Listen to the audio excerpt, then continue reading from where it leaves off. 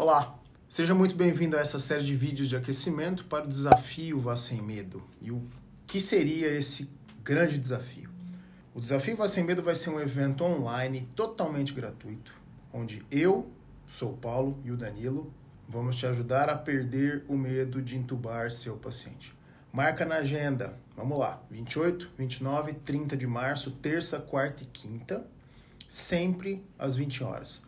Onde a gente vai fazer esse evento? No nosso canal do YouTube e simultaneamente no nosso canal do Instagram.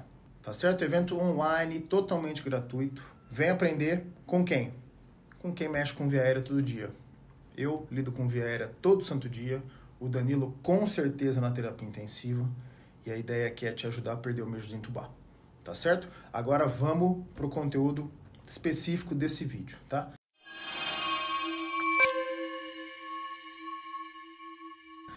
Essa série de vídeos do nosso aquecimento, eu vou passar aqui para você algumas artimanhas sobre um material específico que pode ser o grande auxiliar para você escapar de um apuro aí durante a intubação orotraqueal.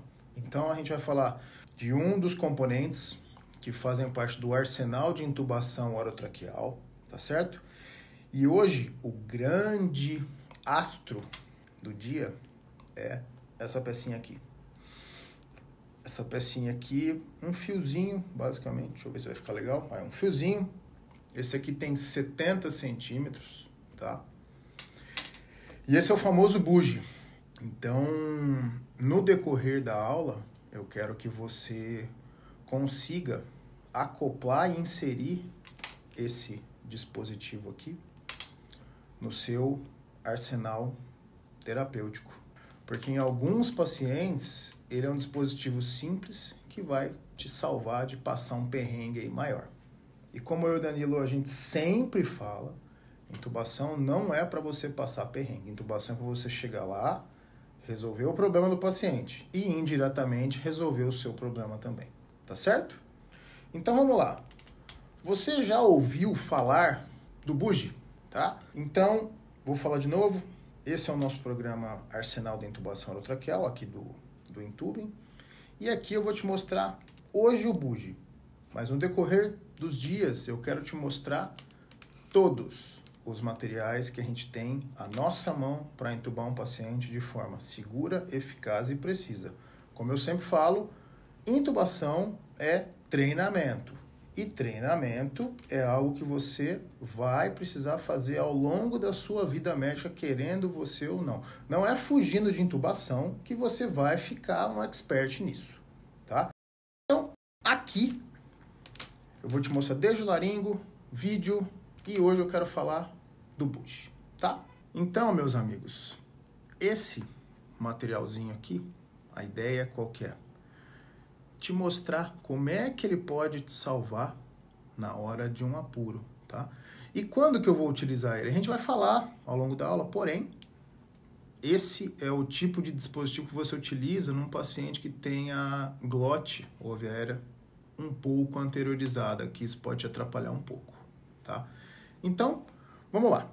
Sou o Paulo, sou médico anestesista e estou aqui para te ajudar a desmistificar a arte da intubação. Te ensinando algumas práticas que a gente aprendeu a maior parte delas no campo de batalha, então durante a intubação mesmo, tá?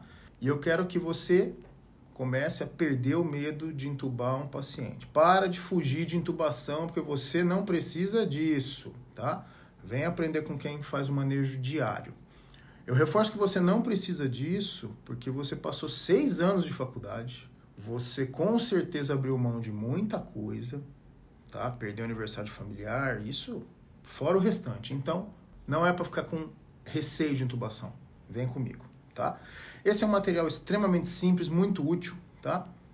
E vamos lá. O que seria isso aqui? É um introdutor de tubo traqueal, basicamente. Ou seja, é um tipo de fio guia. Perceba que ele tem uma pouca memória, tá? Se você dobrar ele totalmente, tá? Ele não tem tanta memória. Tem um pouco, mas não tanto, igual o fio guia rígido, né? Se a gente for fazer uma comparação com o fio guia metálico, que a gente sempre orienta a utilizar para intubação, você percebe que o bujo é muito mais maleável. Ou seja, num paciente que você precisa de um pouco mais de rigidez, então talvez o fio guia vai ser mais interessante. E a gente já te orientou que toda laringoscopia é para ser feita com fio guia rígido. Além disso, você pode utilizar o bujo moldado num vídeo laringoscópio, utilizar as duas técnicas, tá? E perceba que como ele é maleável, o potencial de lesão de via aérea é muito menor, tá? Fiozinho de 70 centímetros mais ou menos, com a extremidade distal angulada 30 graus, tá? E perceba que aqui nós temos um orifício que você pode ventilar seu paciente, tá? Alguns dispositivos desse, do bujo, não tem esse orifício lateral. Porém, esse aqui no caso, tem e você consegue jogar o oxigênio na via aérea do seu paciente. Aqui a minha ideia é abordar com você como é que o bujo te auxilia em alguns tipos especiais de pacientes e não abordar todos os diversos tipos de videolaringo, algumas coisas. A ideia aqui qual que é? Especificar como que esse fiozinho vai te salvar em algumas situações. Então, primeira coisa, esse tema aqui é extremamente importante. Primeiro, o bujo tem um custo, meu amigo, muito baixo. Comparando com o videolaringoscópio dos iniciais, que você começa na casa de 20 mil reais, esse dispositivo custa ao redor de 35 reais. Então, muito provavelmente você vai encontrá-lo na grande maioria dos serviços de saúde, porque o custo, infelizmente, pesa, tá? Na hora de você montar um serviço de saúde, infelizmente, tá?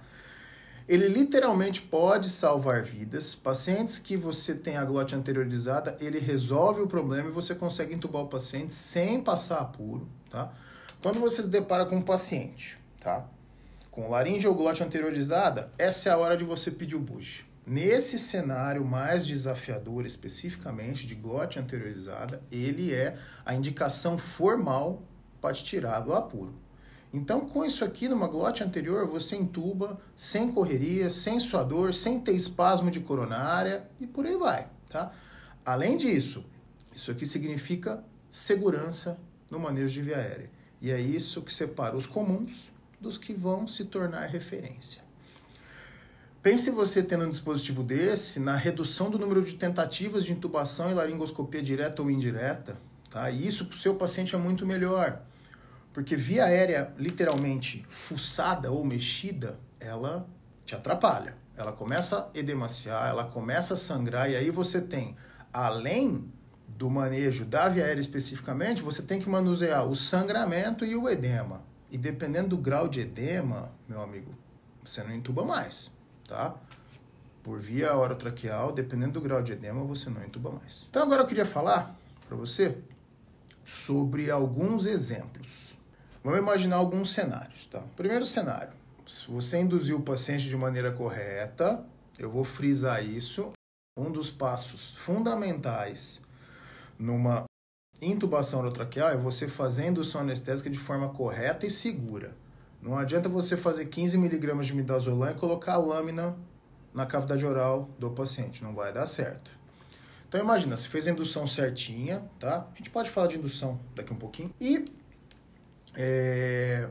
a hora que você começou a fazer a laringoscopia, você percebe que a glote é um pouquinho anteriorizada. Um Cormac-Lehane 2B, vamos ser mais específico agora, tá? Paciente Cormac-Lehane 2B, tá? Com o fio guia, você pode conseguir intubar esse paciente? Pode, muito provavelmente você consiga. Mas se você tiver esse dispositivo aqui, fica mais fácil, porque como a sua visualização da glote é um pouco imparcial, você consegue um maior grau de sucesso utilizando esse dispositivo aqui. Então, especificamente no paciente Cormac-Lehane 2B, indicação precisa, formal e absoluta do uso do bujo. Vamos pensar um segundo exemplo agora. Segundo exemplo, você fez a laringoscopia, tá? Fez a indução certinha, um paciente cardiopata agora, e na hora que você laringoscopa ele, vamos piorar um pouco a situação. Cormac-Lehane 3A. E aí? Qual que é a indicação formal do bujo? Cormac-Lehane 2B e 3A. Então, pede. Não passa apuro, tá? Agora vamos falar um pouquinho também, para aproveitar o ensejo, sobre indução, tá? Então, vamos imaginar um terceiro cenário. Vamos pensar aqui, deixa eu ver, um paciente cardiopata, tá? Por exemplo. Cardiopata não, eu já comentei do cardiopata no exemplo anterior. Vamos pensar no paciente idoso.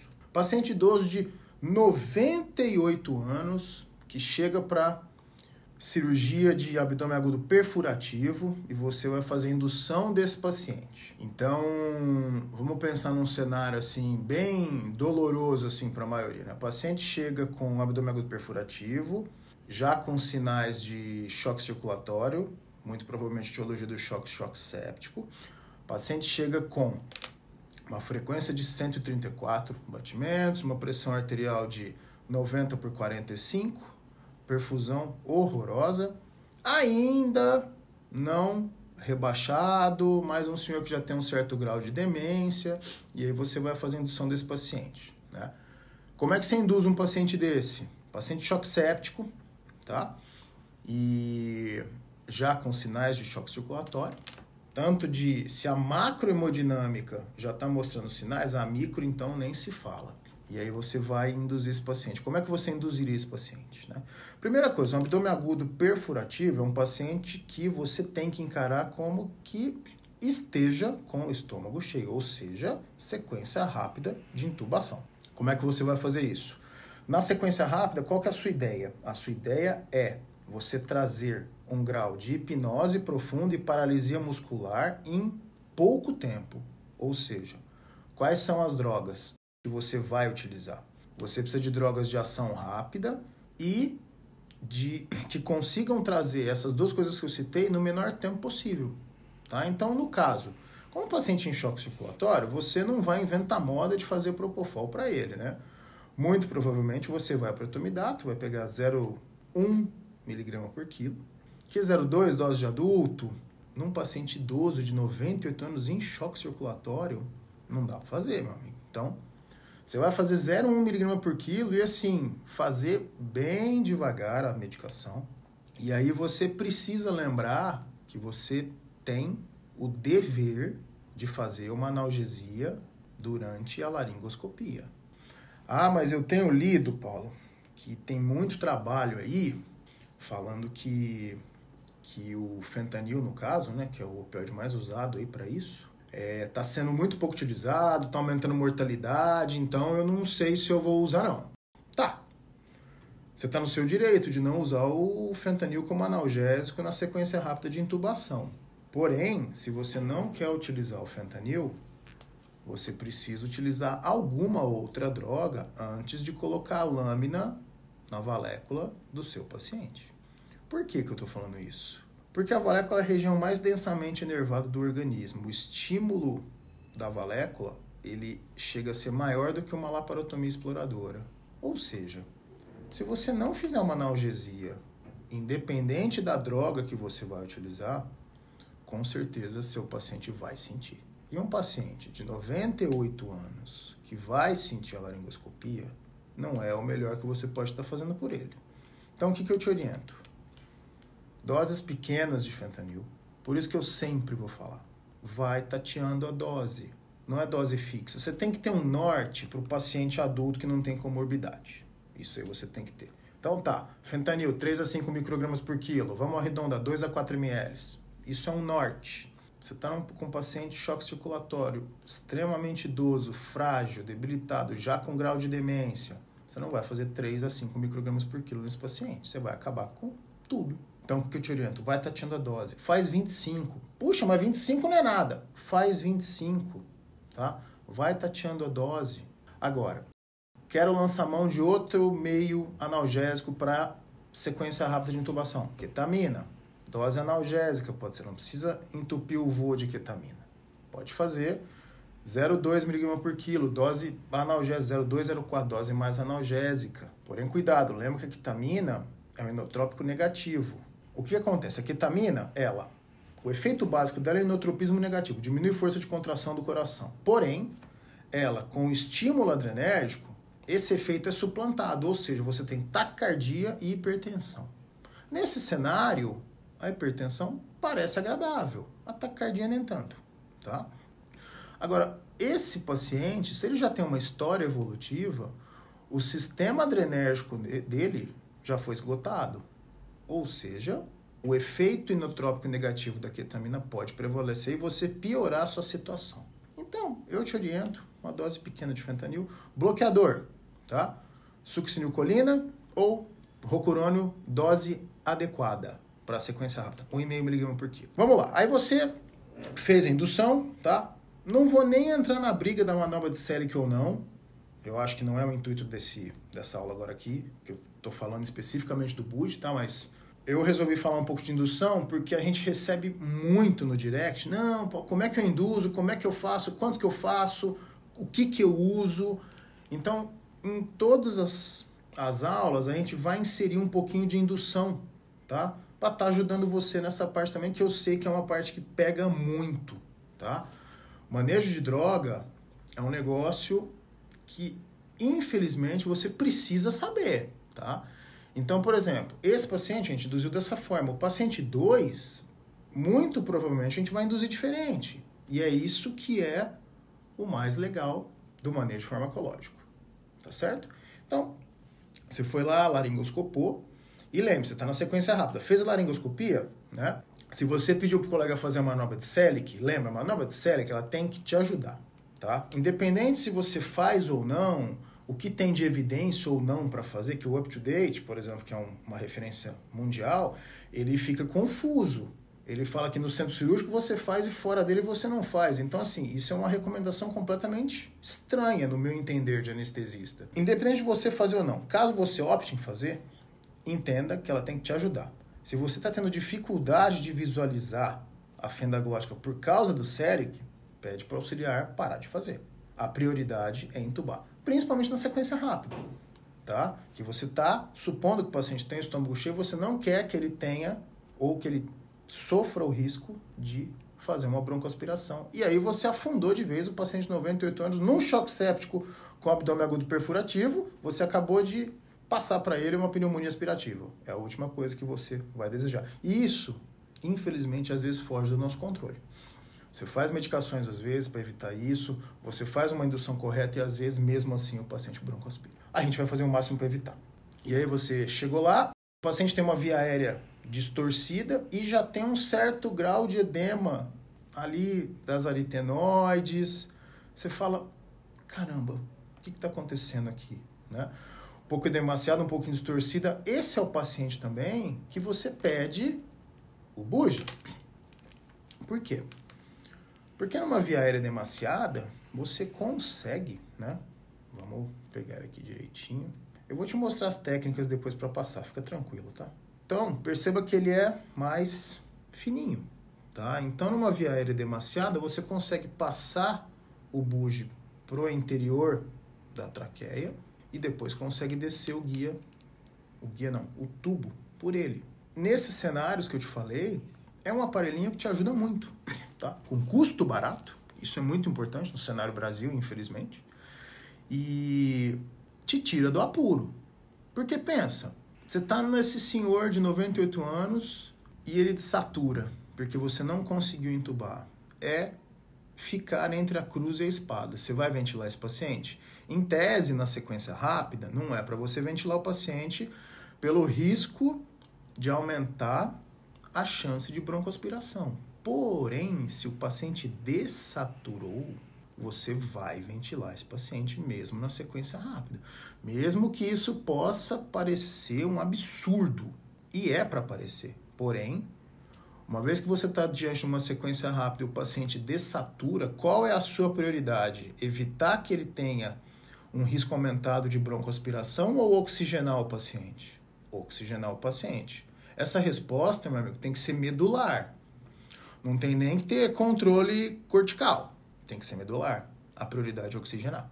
Tá certo? Então, se num cenário de sequência rápida o paciente desaturou e você precisa ventilar com pressão positiva, você vai fazer sem pensar duas vezes. Você não vai deixar o paciente parar na sua frente por hipóxia.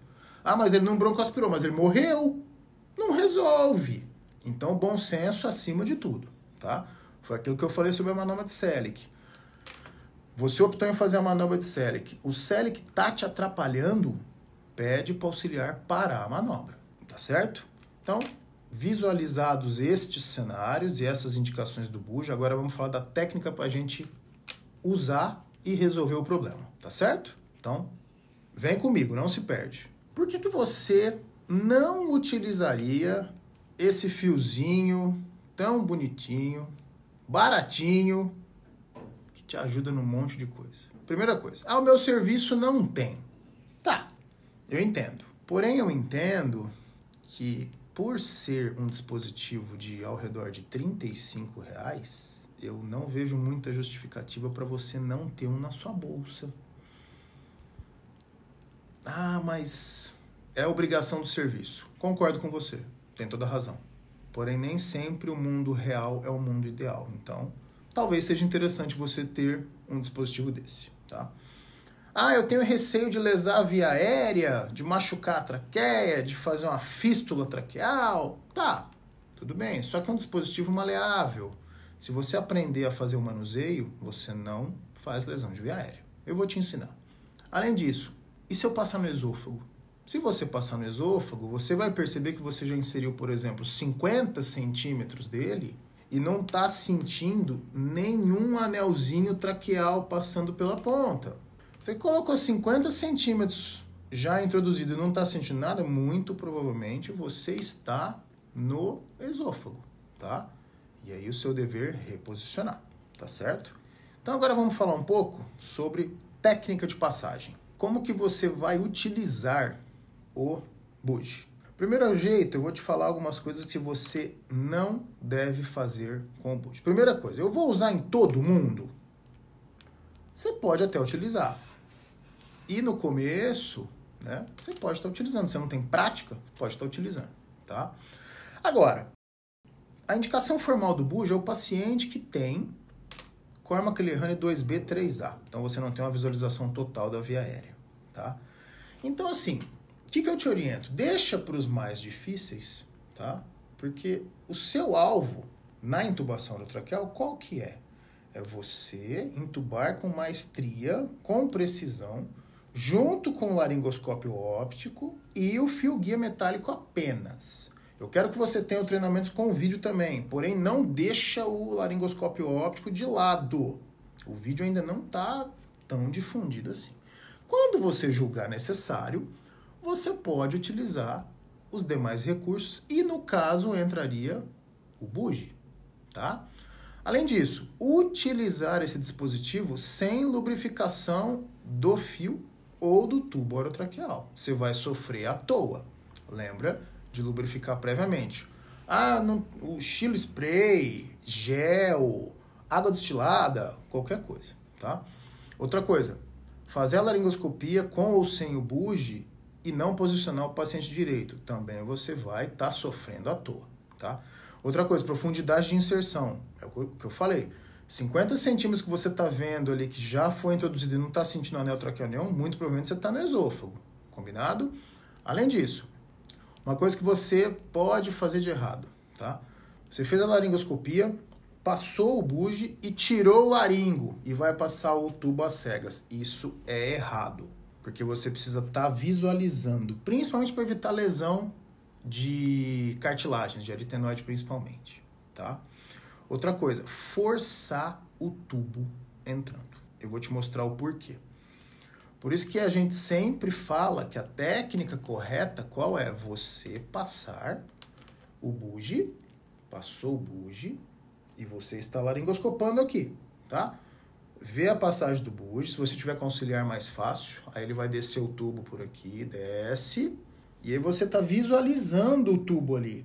Se o tubo, por exemplo, bater numa cartilagem aritenoide, você está visualizando, você roda esse tubo orotraqueal e evita a lesão da cartilagem.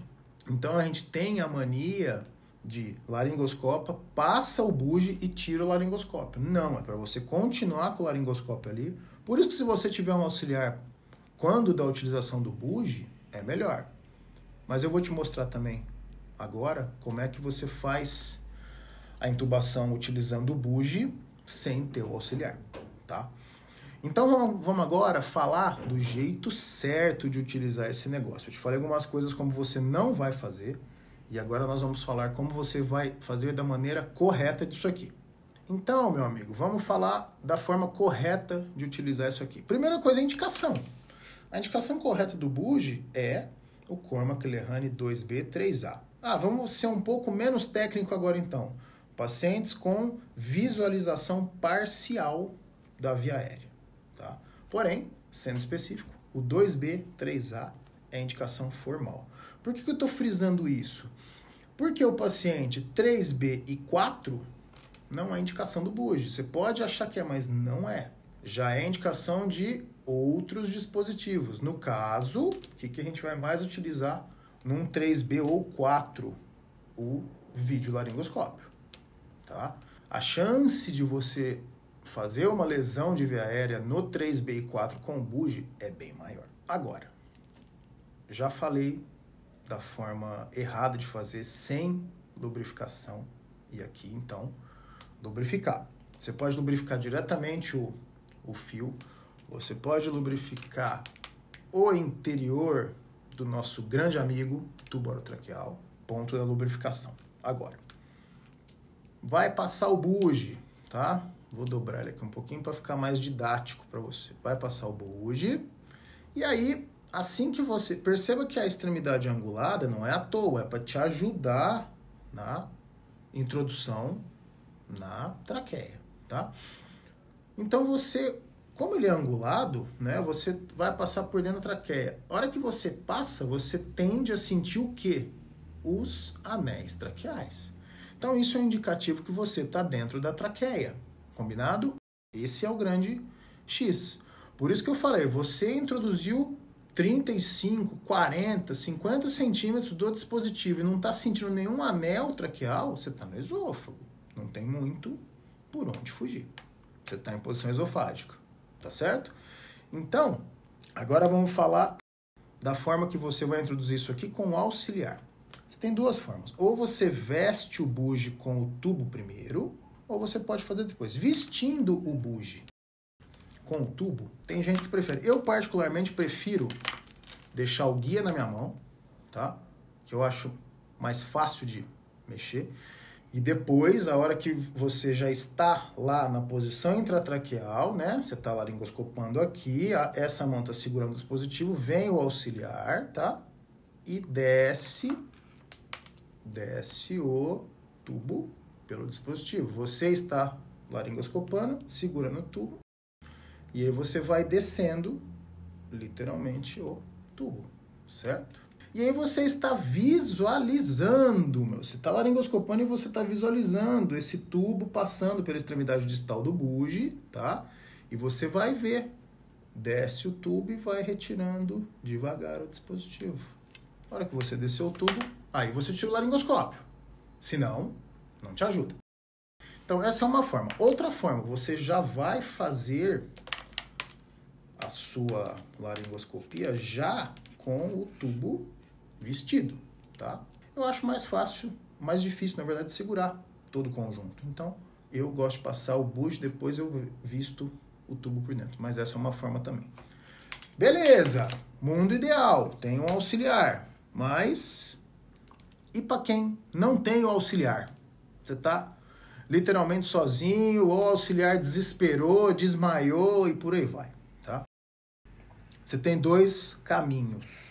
O primeiro caminho é você pegar o bugie, dobra com força 90 graus, tá? Então ele vai ficar mais ou menos... Esse aqui tá com um pouquinho de memória, tá? Mas ele vai ficar mais ou menos assim, 90 graus. Laringoscopa, desce, tá? E aí, você, com a mão do laringo, você encaixa o bugie aqui. Ele tá dobrado assim, certo? Encaixa o bugie. Com essa mão você está segurando. Com a outra mão você pega o tubo orotraqueal e desce. E aí você consegue uma manobra com uma mão só. Tá? Vou repetir. Dobra 90 graus o bugie. Laringoscopou. Extremidade distal. Laringoscopa. Vamos lá. Dobra direitinho. Laringoscopa, desce. E aí você entrega ele dobradinho aqui na sua mão do laringo. Tá? Como ele vai estar com a memória, você já desce ele aqui. Que aí você vai abrir ele e consegue descer. Essa é a vantagem do 90 graus. Entendeu a manobra?